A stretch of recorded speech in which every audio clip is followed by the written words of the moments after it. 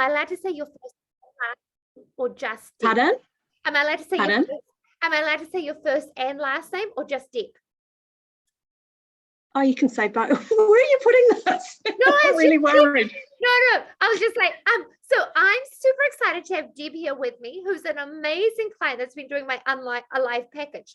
And the reason why I wanted to interview Deb is her journey has not necessarily been straight, narrow, or even easy and a box of fluffies.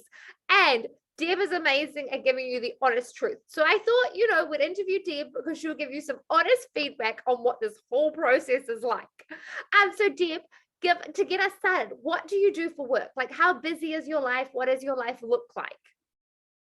I'm a business analyst and I work on a lot of projects. So sometimes my work's very much up and down like that. So when we're getting close to delivering a project, I can be really busy. I could be working 50, 60, 70-hour weeks, but there might be weeks that I'm just working, a standard 30-hour week or something. So it fluctuates a lot.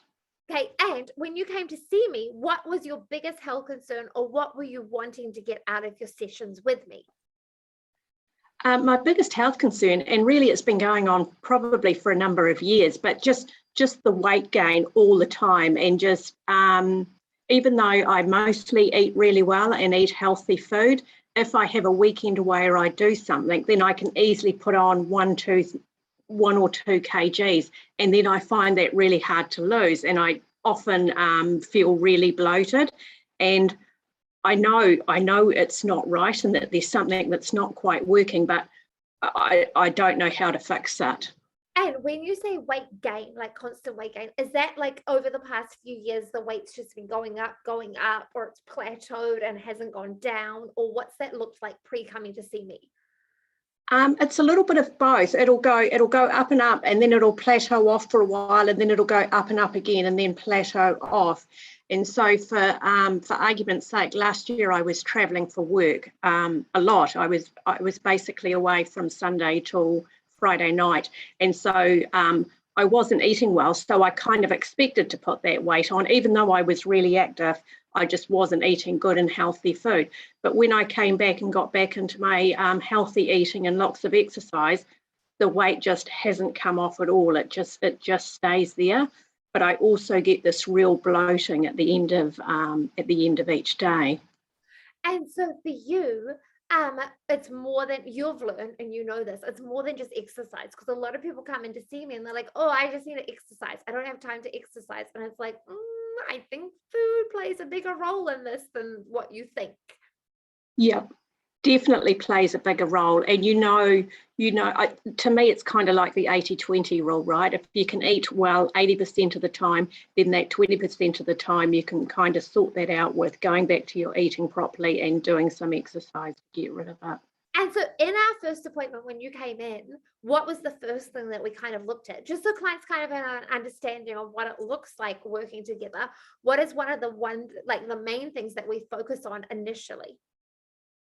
The first thing we really looked at is the different food groups and what was I eating that we thought might be causing the inflammation. So we went through that phase of, I think we cut out eggs, we cut out apples, and there was something else that we cut out in that first session, just to see if that was one of the triggers for me.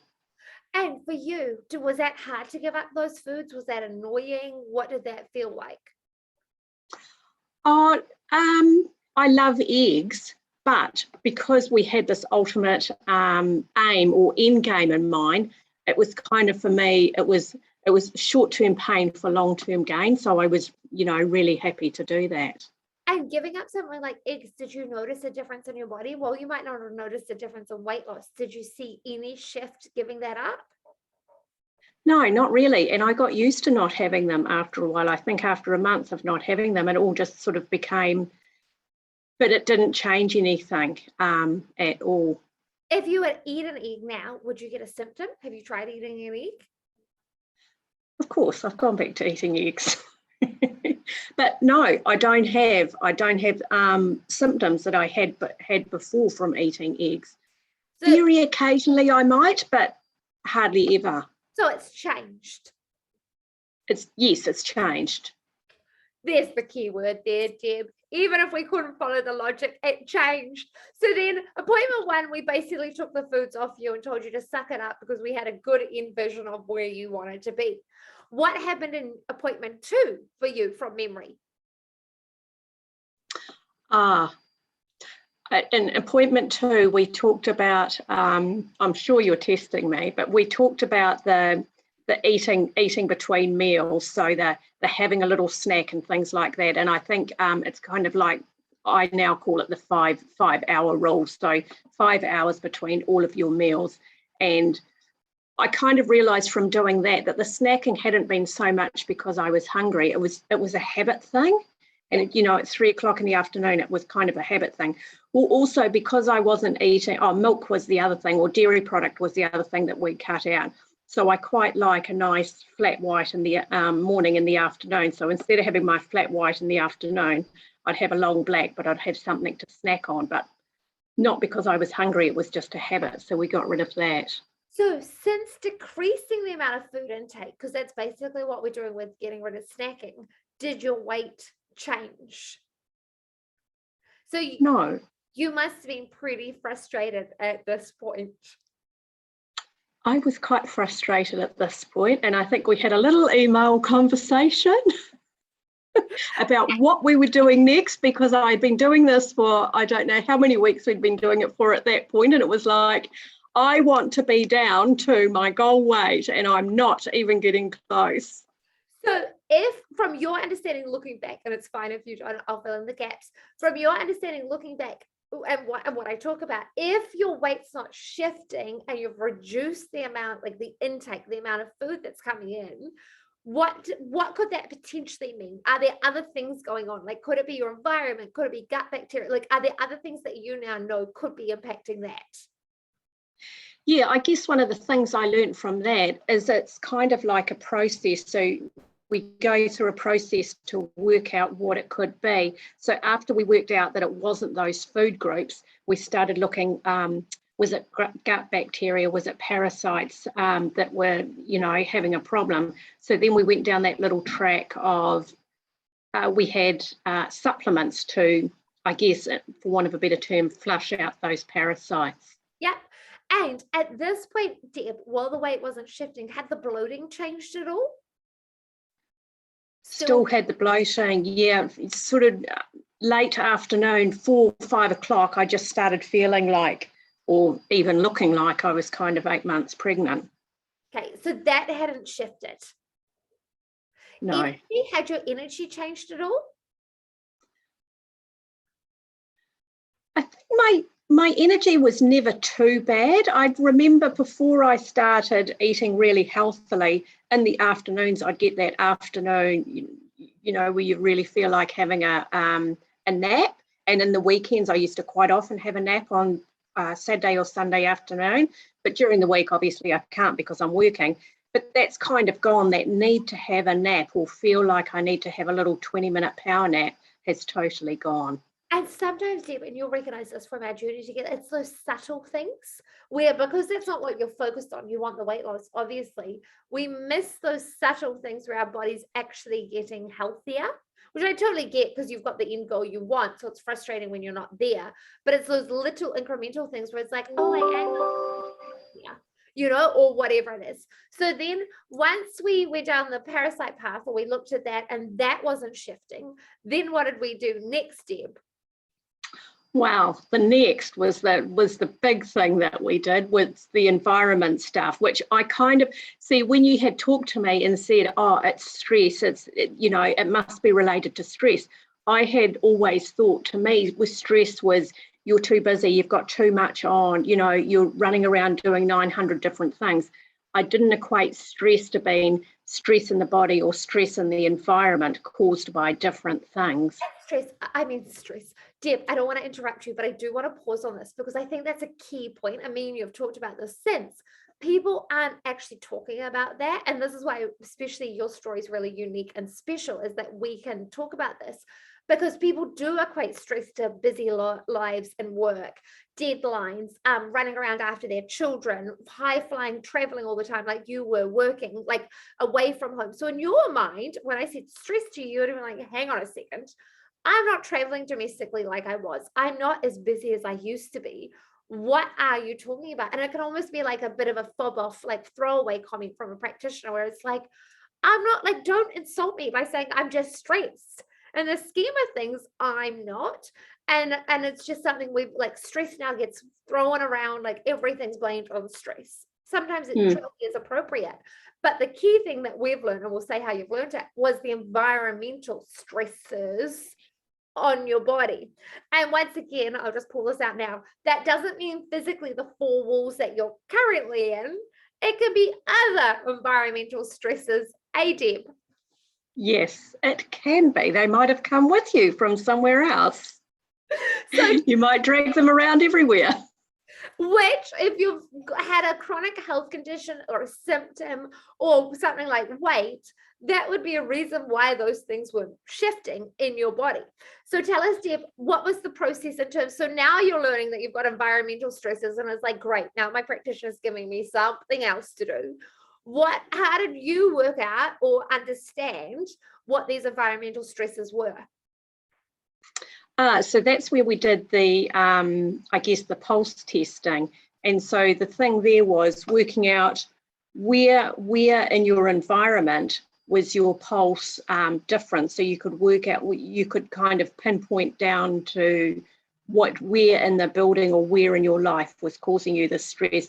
So we did some pulse testing where I was sitting in my house, inside, outside, away, getting on the plane, in all sorts of places. And the thing that we worked out was there was something in the house that was causing my body that stress and inflammation. So from there, we kind of narrowed it down and pinpointed to what the actual thing was causing that stress. So now you've got all this information. Now you've got these numbers on the page that don't really mean anything. You've got, like, you know, sitting, standing, this pulse situation, just numbers that don't mean anything. So once you knew that there was a particular room, or once I helped tell you that there was a particular room causing you stress, well, how do you, like you said to me, I remember your exact words, well, how am I going to know what's in my room? Like, where do I even begin? Like, what good is this? So what did you discover? Because it wasn't the room as a whole that was the problem, like the four walls. What did you discover was your stressor? The stressor in my room was my feather duvet inner and feather pillows. So, Deb, easy. Ask you, did that come with you no matter where you were living amongst shifts in different houses around Wellington and the rest of it? Yes, Shelley, it did. So that environment followed you. That environment followed me, and I've had those, my feather pillows I've had for years. But feathers couldn't be causing stress, right? Wow. Not the stress that I thought it was, right?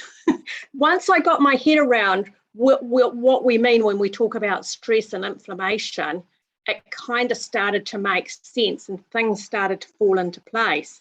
And it was kind of like, well, and, you know, even doing the pulse test, I was kind of doing all these different numbers everywhere. And I was thinking, what does this really mean? But it was interesting being downstairs in my house, being in my lounge and in my dining room and my kitchen were very similar readings to outside. And it was only when I went upstairs and went into my bedroom that those pulse rates just absolutely skyrocketed.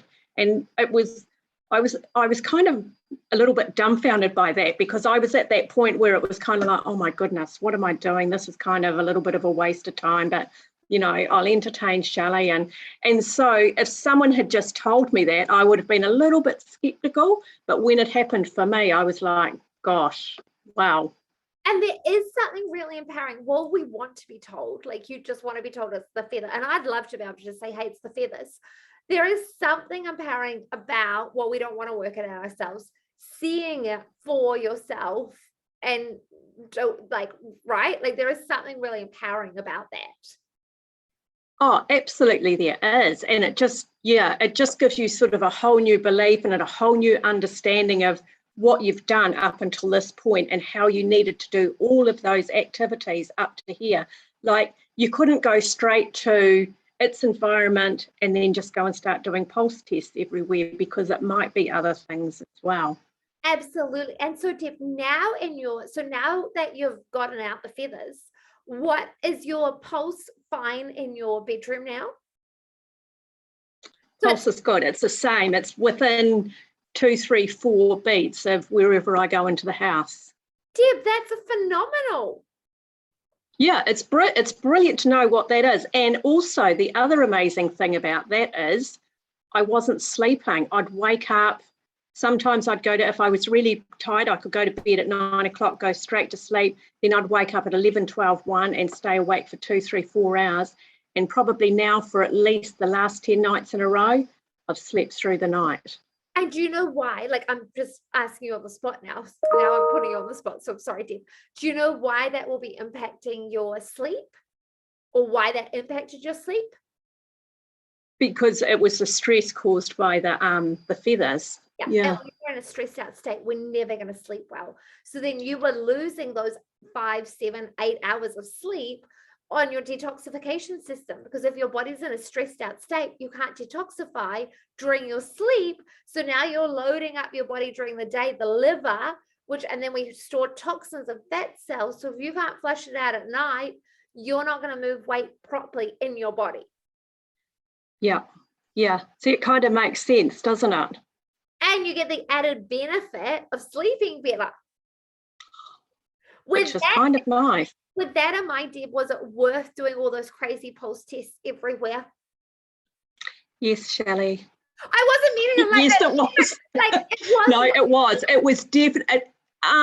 What I've realised is it's a journey. It's a journey to get from where you are to where you want to be. And it's kind of like, and that's what I've recognised now, that, you know, you can't just go from point A to point Z. You've got all these stops along the way. And Deb, I can tell you as a practitioner, I wish that it didn't have to be a journey for clients. Not as much as I love working with you and with clients. I want to make it, like, I wanted to tell you the answers. But let's be honest, when you came in an appointment one, I was not going to say, hey, Deb, it's the feather blanket for sure. That's why you're not sleeping. Like, I wish I had those skills, but I really don't have those skills. So, and the thing is, as much as we hate the journey, it empowers you so much, and it educates you and gives you freedom. Because if you want to have, and what will be really interesting though, Deb, is when you go back to traveling for work, seeing if in a hotel they're using feathers, does that disrupt your sleep? Yes. Does that, like, and so you'll now be able to see different symptoms in your body, and rather than it being like, oh, I'm just not sleeping because I'm traveling, I'm out of my house. Well, I also think it means if I go somewhere and I'm not sleeping, I can do the pulse test and see if there's something in that room or something in that location, and then you can narrow it down a little bit. Yeah, so it empowers you beyond seeing me. Like our sessions, this is a life tool forevermore. We can always check on what's happening in your body. Yeah, and it's such a good tool to have, isn't it? And it's such an easy tool to have. Even though at the time, Deb, when you don't fully understand it, it seems like such a faff and such hard work. But once you understand it, you're like, this is easy. And it is really. It costs you 2 minutes of your time and it's free. Yes, you're right. What I really wanted to share is with you was, yes, we're not at the end of your health journey at all. I 100% acknowledge that. I know that. But has the ride so far been worth some of the painful moments in terms of what you're learning about your body and just different things and different health benefits that you've already received? Oh, yeah, 100%. Like, I've learned a huge amount. You know, this for me has been going on for years and years and years. So I've been to see nutritionists before, and no one's ever talked about any of the things that I've done with you. Everyone just goes straight to the food and focuses on the food. So it's the type of food you're eating, the amount of food you're eating, and the exercise. That's what they really focus on. So they've never looked at stress or anything. They've never looked at, you know, gut health, as well, and parasites. So. And Deb, I think that's the key thing here, is because no one talks about like environmental stresses and stresses. It's a new language. Like that's part of some of the frustrating process, is that I'm teaching you a new language where it's like, hang on a sec, whoa up. Like, where are we trending now? What is happening? Yeah, that's exactly right, because you kind of don't know where it's going. And I guess that comes back to, you've just got to have faith in the process, don't you? Really? You just got to believe in the process. You absolutely do. And just one more note on the stress thing. Have we made you do anything weird with oils or anything like that, Deb? Oh, yes, you make me do weird things with the oils when I come in for my foot spa or the coil. Yeah, 100% to reset your nervous system. That's what we're doing with that one, Deb. So, Deb, while the story's not over and we're still working on your health, is there anything else that you want to share? You don't have to, we can finish it now, but is there anything else that you want to share? For me, the big takeout from this was, yes, you can get frustrated right at the start, and yes, you can think, oh my goodness, this is not working for me, this is not the right thing for me. But you've got to, like, mentally, you've got to prepare for the long haul, I think, because for me, getting to where I want to go to, it's going to kind of just help me for the rest of my life. So you go through the little bit of pain now, and then you kind of set up for the rest of your life. If things start happening, you know what to do to get back on track. So yeah. And Deb, you're right, you're basically becoming your own health practitioner going forward. Yep. Which is the most, it's frustrating going through it, but the most empowering gift ever. Well, it is. It just teaches you how to do it, right? And what you need to do. Deb, star client right there. And we get to have a little bit of laugh and a banter along the way, eh, Deb? We do get to have a little bit of a laugh and a little bit of banter as well. Yes. How exciting is that? A little cheeky along the way. I know. You're not very professional, are you? Your cheekiness is so shocking. Very unprofessional. Well, Deb, I want to say thank you so much, because I know that all these interviews that I share are just little snippets. Like you say, somebody else is going to hear about environmental toxins, and whether they come to see me or they whatever, it's going to help them on their health journey, which was the whole reason I wanted to do these interviews, because that was a huge revelation for you. It's a huge revelation for a lot of clients, but this message isn't getting out there for people.